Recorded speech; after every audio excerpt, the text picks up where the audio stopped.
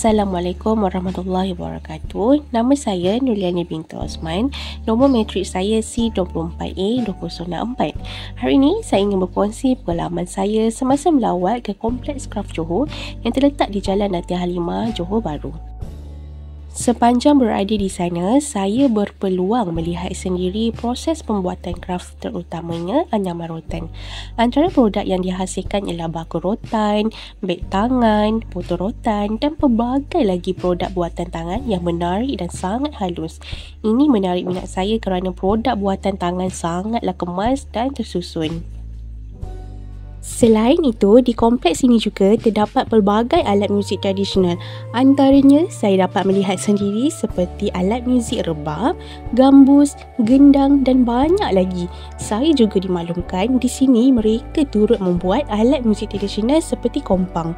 Semua ini menunjukkan betapa kayanya warisan budaya kita yang masih dipelihara dan dipertontonkan kepada umum.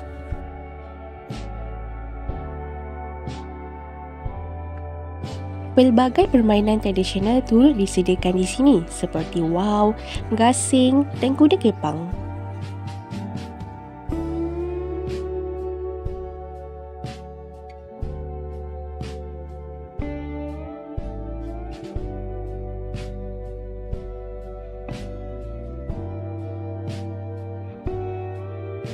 Cenderahati turut dijual di sana. Cenderahati yang menarik perhatian saya ialah cenderahati yang berasaskan batik dan ukiran kayu kerana dibuat oleh mereka sendiri.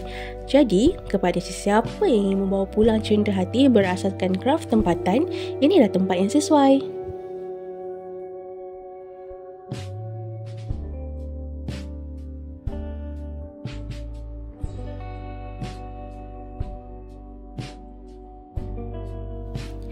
Bagi saya, kunjungan ke Kompleks Kraft Johor benar-benar membuka mata saya tentang keindahan dan nilai seni tradisional kita. Ia juga membuatkan saya lebih menghargai usaha penggiat seni yang masih bertungkus lumus mengekalkan warisan budaya Johor. Itu sahaja daripada saya. Terima kasih.